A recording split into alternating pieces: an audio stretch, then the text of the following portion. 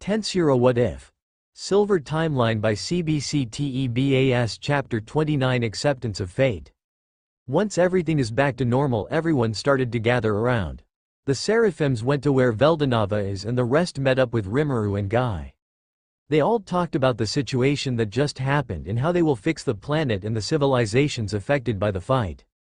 After some talks, it's decided that it will be discussed in 3 days from now, when everything has been noted. Everyone started to leave one by one, starting with DeGruel, who said his farewell. So Twilight, who or what are those exactly? Rimuru pointed at the 4 individuals standing behind him. Fufufu, glad you notice, Argi-kun. They are my newest creation. I like to call them fair onis. They are made based on the Enkis. In theory, they should be able to reproduce, but it's still in the trial stage. Twilight presented as the 4 fair onis moved forward and bowed their heads. 2 males and 2 females. You brought them, why? Rimuru looked at Twilight as he asked once he was done analyzing them. Well, we needed all the help we can get, right? Besides, this is good battle experience for them, Twilight pointed out. I guess that is true. Still, I'm surprised you guys came. Rimuru looked through everyone he knew at the facility. From Twilight, Sylvia, Luminos, Gunther, even DeGruel and the twin giants included came. Oh, you didn't know Argi-chan? Sylvia said, surprised as she looked to Jahil's direction. Jahil here actually asked us to come. He did. Rimuru looked at Jahil, who was now looking away from him and glaring at Sylvia. Yes. I believe it was something like, boss needs help, or something close to that. Sylvia reenacted what she recalled Jahil said when he arrived in front of the facility. If boss loses, then I wouldn't be able to do research anymore. It's all for my benefit and nobody else. Don't put words on my mouth, Jahil said, irritated. As they talked for a few more minutes, Rimuru remembered something. Ah guys, I'm no longer Argent. I just got granted the name Rimuru, so yeah. Don't ask questions I can't be bothered to answer. Hey, don't just brush it off. Say seriously. I mean Rimuru-chan got named. That must be the reason how you were able to seal that monster. Looking at you. I guess we're the same species now, huh? Guy placed his arm over Rimuru's shoulder before whispering in his ear. Let's fight sometime in the future, okay? Rimuru just nodded slightly, and Guy removed his arm. He then went to talk with Veldanava, leaving Rimuru. I guess it's no longer Ar Kai? Rimu Kai is now a demon king like Guy-sama. Rain said with her arms crossed. Congratulations on your evolution, Rimuru. Misery congratulated. Thanks, Misery, I'll teach you a new recipe that I just learned later. Hey, what about me? Rain complained, pointing at herself. You'll taste test it. Yay, I knew Rimu Kai is the best. Rain jumped and hugged Rimuru. They then continued to talk some more. The group slowly dispersed as they each have their own agenda to take care of. Once everyone left, Rimuru and company went to where Veldanava is. They then arrived in a place with a very large tree. Veldanava waved as he saw Rimuru and the others coming to his direction. Rimuru, congrats on your successful evolution.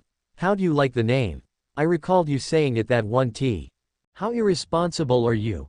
Rimuru scolded Veldanava as he stomps his way to Veldanava.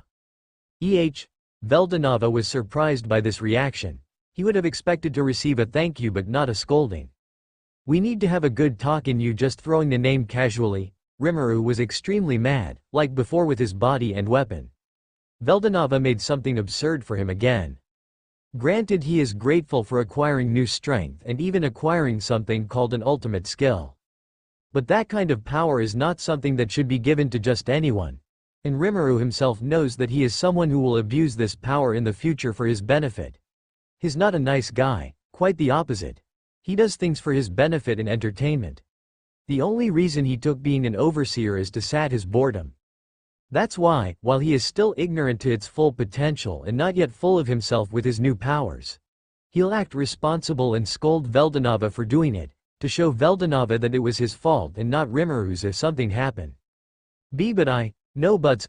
Veldanava, who was trying to defend himself, just made it worse for himself. He was now on his knees listening to Rimuru rant. Yes. I'm sorry. Meanwhile, the 2 true dragon sisters, Guy and Lei, just watched on the side. They knew Veldanava's personality and that he does things impulsively sometimes. They have already given up on doing anything about it. Once the sermon was over, they all got closer to the two. Speaking of Big Brother, Velzard said as she looked up, pointing. What is that? I don't recall it being there before. Ah, that's something I made and maintained when you guys were fighting. I'd like to call it the sacred tree. Veldanava answered proudly as he looked at it. He continued looking at the others and explained. Remember when that monster was rampaging and leaking its aura everywhere? This here will help regulate the magicules in the atmosphere and support the world in the face of natural disasters. Couldn't you have just done that and helped us? Asked Rimuru. Well, the entire world is affected by the fight, you know. The weather everywhere was in chaos. The mountains were erupting and tidal waves washed the shores. I had to lessen the damage all over the world. Everyone just started blankly at Veldanava, too exhausted to create an argument. Where are the other seraphims? Lei asked, noticing their absence. They already went back and prepared their subordinates. I'm going to assign them new jobs because of this event. Explained Veldanava. Speaking of, Rimuru will probably be busy as well from now on. I will? Asked Rimuru, confused, tilting his head. The others did as well. Try sensing the surrounding worlds and universes. Veldanava spread both his hands wide. Rimuru started activating King of Passage. Janice and sensed the universes nearby. Unlike before that he could only sense those has already been to. Now as long as it's within a certain range from where he is, he could sense at a minimum of 5 universes to 20 at his best. Ah. Yeah. You're right. Sigh asterisk. Rimuru slumped his shoulders by what he has found out. Universes have started connecting with each other and creating chaos on both sides. He could also sense some worlds on the verge, if not already destroyed by this event. This is probably because of that monster. To add to it, we sealed him in a blank universe, but his energy is still leaking, although only a small amount through the veins, creating gates to try to escape, but instead affecting different worlds. Explained Veldanava to Rimuru, who was listening intently. Veins? Asked Rimuru from hearing an unfamiliar term. The thing that connects all my creation from each other. The thing you used to get to the blank universe. They are all connected like a tree. Wouldn't branch be a better term then, since you compare it to a tree? No. Veins sounds much cooler, Veldanava said with a serious face. Rimuru didn't argue, he just sighed. Which he did not know gave a bigger hit to Veldanava emotionally than if he scolded him. Minutes more of talking and Rimuru and company returned to their home base, and Gaia and company left as well, leaving Veldanava alone near the sacred tree looking at the battlefield. Making you stronger is necessary though, Rimuru. I don't know yet, but this entire world. No, this entire multiverse seems to revolve around you. Whether it be good or bad, you'll surely be in the middle of all that will happen. What a monster that was. I believe the future me called that being Ivaraj, right? Such a scary being. Veldanava looked at the sky, sat down and sighed. He took out the soul fragments that he secretly caught from the gates he sealed all over the world as the others fought Ivaraj. The reason Veldanava didn't join is not only to maintain the world's durability, but because gates also opened all over the world, in which he closed them of and took out the entities that came out of them. Unlike the ones that fought with Rimuru's group, this ones didn't come here to help Ivaraj, but were just brought by the battle, accidentally involving them and creating chaos in several nations that waged war with those in the gates.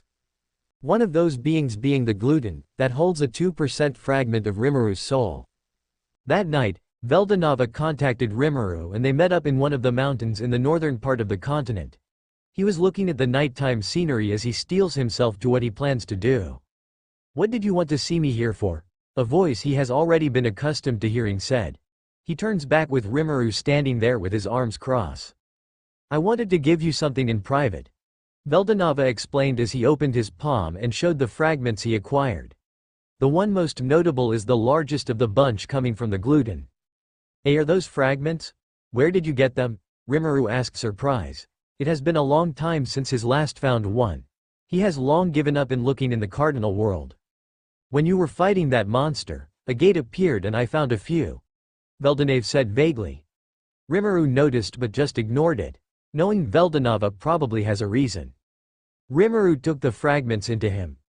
Rimuru then saw a new memory, in which he looked at Veldanava with a surprise and sad expression. My older brother, Star King Veldanava, died from the attack by a human country after he was weakened to a normal human level. A blond man said with a sad tone. It was right after the birth of his daughter, Milam. His powers went to her, weakening him, a fairy added. Asterisk asterisk asterisk asterisk asterisk asterisk asterisk asterisk asterisk asterisk asterisk asterisk asterisk. Milam was all alone since both her parents died. The only one with her is her pet dragon made by her father. Asterisk asterisk asterisk asterisk asterisk asterisk asterisk asterisk asterisk asterisk asterisk asterisk asterisk asterisk. Greetings. I am the one and only dragonoid known as the Destroyer. Demon Lord Milam Nava. A girl with platinum pink hair and a twin tail said with a smile on her face. Asterisk asterisk asterisk asterisk asterisk asterisk asterisk asterisk asterisk asterisk asterisk asterisk asterisk asterisk. Wow. What is this so delicate? The platinum pink-haired girl said as she licked at the honey in her face. Confirmed. Unique skill. Starving 1, acquired. Acquired skills. Starving 1 and Predator combined to evolve into unique skill, Gluttony, successful. Thanks for that Veldanava, Rimuru said. No problem Rimuru. Veldanava it's fine, I know, Veldanava said with a smile. I should be thanking you. I saw some good moments in your memories. Especially with my daughter safe and happy. The two talked some more before Rimuru said his goodbye. Before I threw my omniscient and omnipotence I viewed the future. Veldanava thought as he watched Rimuru leave. Though limited until my death, I can confidently say that you are an anomaly for not being in the future that I saw. And yet here you are. Even worse, that Ivaraj seems to be different from the Ivaraj I saw in the future. Was it wise to let it go? Was it wise to give you the fragments? I can't just make changes in the events without knowing the consequences. What I can do is trust that Rimuru is sent here to fix the future. I'm very happy to see my daughter all grown up. A tear fell from Veldanava's face. With his omniscient limited to only being able to see until his death, he couldn't see his daughter growing up. Though I don't approve of her style of clothing. Asterisk asterisk asterisk asterisk asterisk asterisk asterisk asterisk asterisk asterisk asterisk asterisk asterisk asterisk asterisk asterisk asterisk asterisk asterisk asterisk 3 days have passed since the battle. People have gathered in Guy's castle up north to discuss about the world. The participants are Degruel, Luminos, Twilight, Sylvia, Rimuru, Velgrand, Lay, Guy, and Velzard. Of course people like Degruel, Luminos and Twilight brought a subordinate with them. For Degruel the twins came with him, for Luminos was Gunther, and 2 Pharaohs for Twilight. Sylvia didn't bring any with her, Rimuru didn't bring Enki and Siren either as they are still fixing some of the worlds they govern and managing their losses. Jahil wasn't interested in joining and retuned to his research.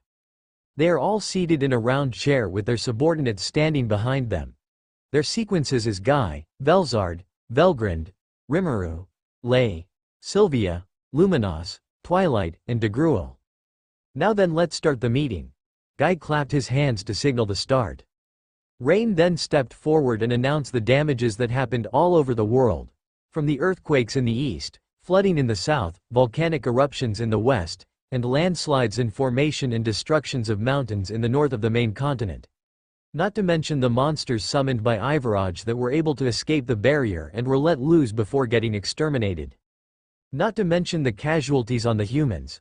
Our intel suggests that more than at least 100 million casualties, not including unconfirmed deaths like missing bodies. We assumed there to be more death but are either crushed by landslide or at the bottom of the sea by the floodings. Some may also be devoured by monsters. Rain continued reading her report. Assuming this to be added, the casualties would reach around 60 to 70% of all of humanity. After finishing her report, Rain stepped back to behind Guy and remained silent. Guy stood up from his seat. So does anyone have any suggestion in how to fix this predicament that we are facing? Everyone started looking at each other, expecting someone to give their suggestions. Degruel raised his hand. If it's merely suggestion, how about dividing the labor or assigning people on specific areas to help the locals and the environment? Sounds good to me. I like it. Either way, we'll have to do something anyway. Everyone started agreeing and giving their own opinion on the matter. It was then decided to divide the work to different individuals.